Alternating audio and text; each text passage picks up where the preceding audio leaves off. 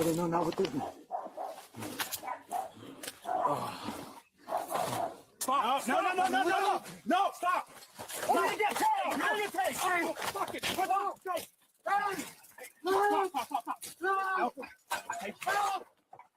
Get on the ground! Get on the ground! Get on the ground! Get on the ground! Today's video takes us to Yuba, California. Officers responding to a neighborhood where a reporting party advised that a male was going through a mental health crisis, running naked through the neighborhood and acting erratically. Prior to their arrival, this same reporting person advised that through their Ring camera, this same erratic male was attempting to break into their home as he was ramming himself into the door. Now, most breakdowns, we usually define what is lawful and what is not, but we're here to dig a little deeper than that, to invoke thought and to create a conversation. I'm Sean Tyree. Welcome to Vest Life. 911, what's your address to your emergency? My neighbor just broke through the wall and punched his sister. I just saw her right now. He just what? He punched his sister. He broke through my front door. How did he break through your front door? He rammed it and then hit his head to it. Hey, what's up, Holmes? 2 Yuba City police officers were dispatched to the call. Upon arrival, the responding officers located the suspect and a short foot pursuit ensued. The suspect initially surrendered in the front yard of a nearby residence. Both officers approached the suspect to take the suspect into custody, at which point he became combative and a use of force occurred. I believe in Jesus. I'm a believer. Put your hands behind your back. Jesus Christ. Thank you. Okay, no, not with this man. So I'm going to stop this real quick because you can already tell this is going to be an issue already from the start, right at the immediate point of contact. Now, good on them establishing commands right at the gate, right? Had the firearm out, already issuing commands for this male to end up getting on his stomach, right? And it seems like he's complying now. Now, officers don't know, obviously, only what they're told or what they're dispatched to as far as a male being erratic, smashing his head through the door, obviously a potential domestic violence situation from the reporting person there saying that he ended up punching his sister.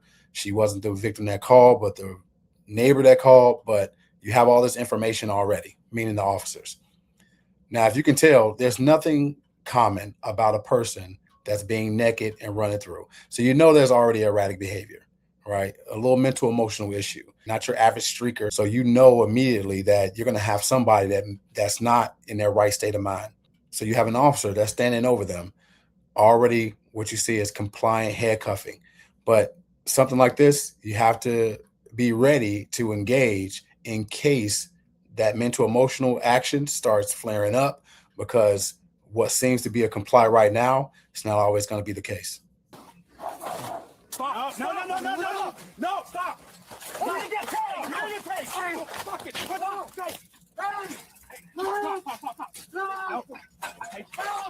Get on the ground! Get on the ground! So listen, this comes down to training. You can already tell this person doesn't have weapons.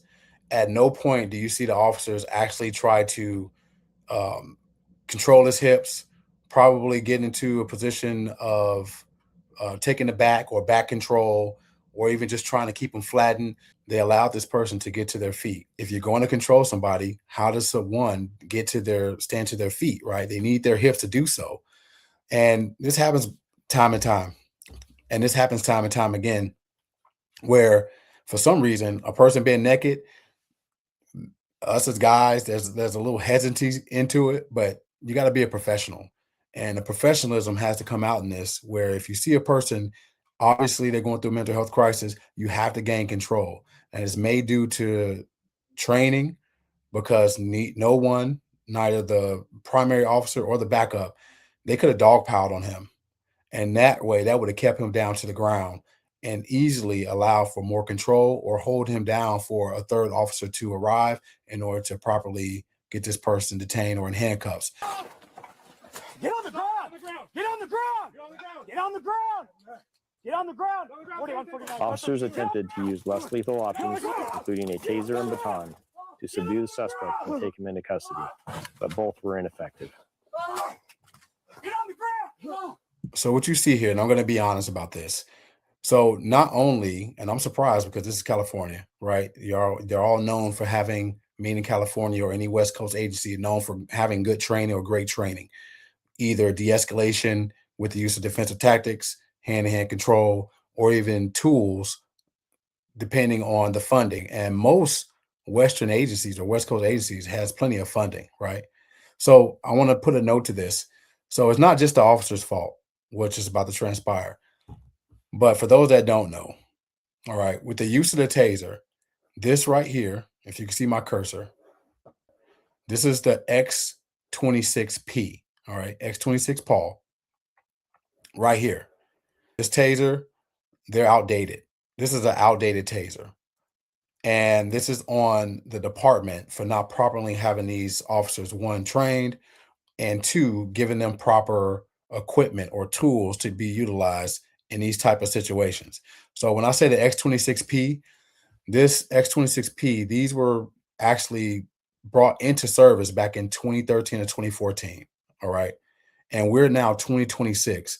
And that year, in that 12-year span, they've already went through 3 different versions of a taser, the X1, the Taser 7, and now we're at the version of Taser 10, where you're able to deploy, you have 10 probes.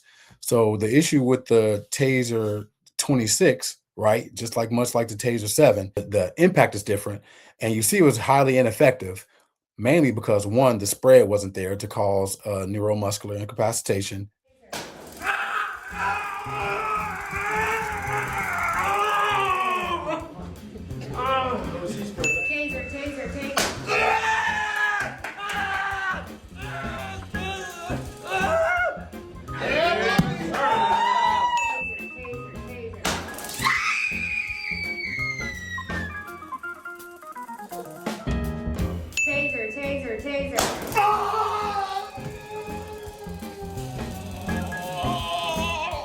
Great job. Great taser.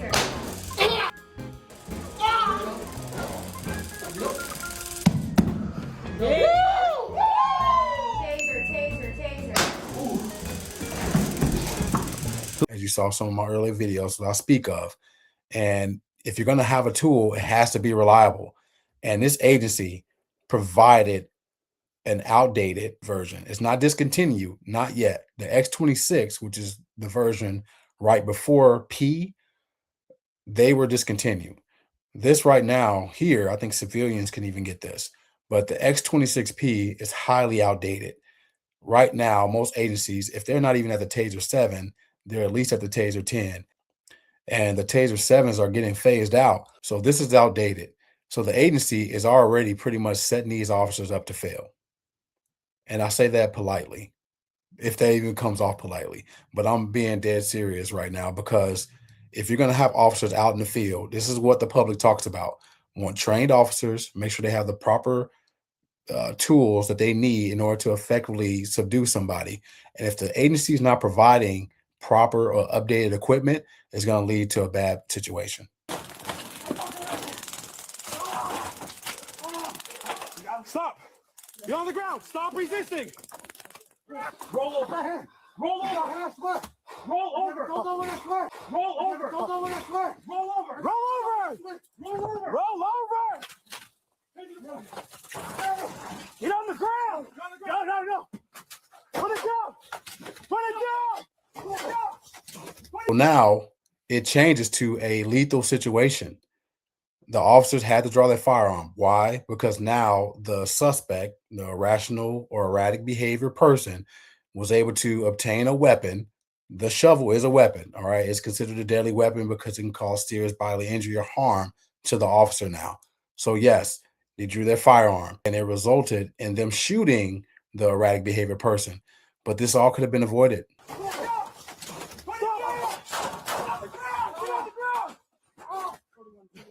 As a result, an officer-involved shooting occurred. After the suspect was shot, he continued to fight with officers and was eventually taken into custody. Get on your side! Hands behind your back now! Do not move! You understand? You are going to get shot again! I got cover. Do not move! Get on the ground! Get on the ground! Get on the ground. Get on the ground. Stop moving. Stop moving. Stop moving. You're gonna get shot again. Stop moving. You'll be over. Stop. You'll be please.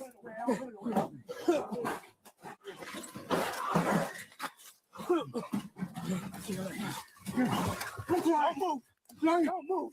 Don't move. Stop. Stop. Give me your other hand. Give me your other hand. I got this one. You got that on. Cuff that hand. Cuff that hand. There you go. You got it. I'm sorry. Cuff that hand. It's cuffed. He's cuffed. He's cuffed. He's cuffed. He's cuffed. We're still trying to get him cuffed. He's still fighting. And as you can see there, they finally controlled his hips. Unfortunately, it took for him getting shot. But if you see that right here, right, he was pressing down on his hips while the other officer was pressing down on his head. But mainly the hips, so that way it prevents him from trying to get back to his feet again. If they had done that from the get-go, we probably would have avoided the situation where we have right now. We're still trying to get him cuffed. He's still fighting. Relax, relax. I got you. Got it? Okay. 41, 49. He's in handcuffs. After the suspect was taken into custody, the officers provided emergency medical aid to the suspect, and he was transported to an area hospital where he remains. So the male ended up surviving his injuries. But we always have to be honest when we give these takes. This is what you call the domino effect. What started as something could have been easily or more controlled led now to a person that may have caused trauma to themselves by being involved in an officer-involved shooting, or OIS. And obviously, the intentions of the officers more than likely wasn't to fire upon this individual who was having a mental health episode. But what led to that are the actions beforehand, all right, where neither one tried to control the hips or even came in sweeping the legs, preventing him from elevating his hips and getting to his feet. Now, you have to get past this, all right?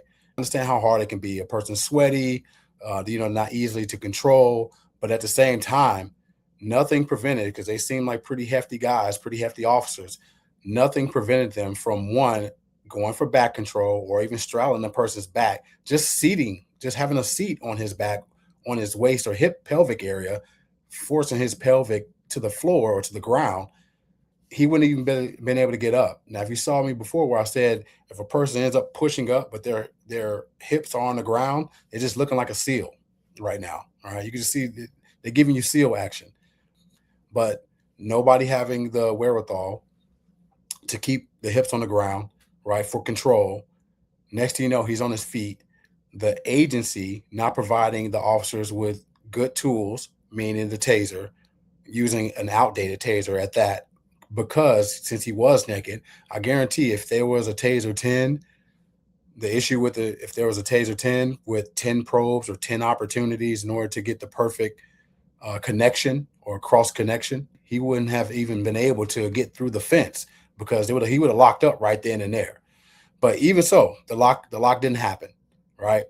But then the officer getting through the fence, he had the baton. He never threw a strike with it, if you saw that.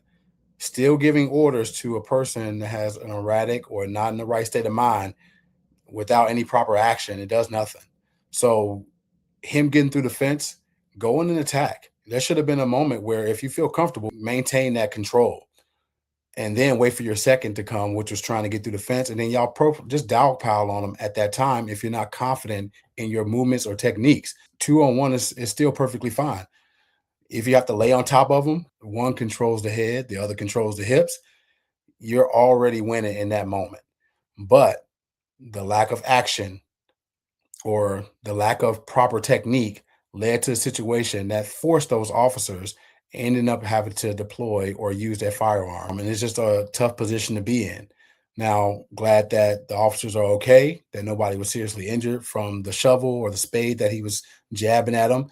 And good thing that this person who was dealing with the mental health crisis, they survived, and hopefully they can get the proper medical treatment, or if they are or were unaware that they had a mental health crisis, now they can be properly treated or possibly put on medication, so this way this episode doesn't happen again.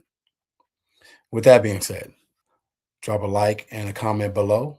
And like always, Jesus is the light of the way.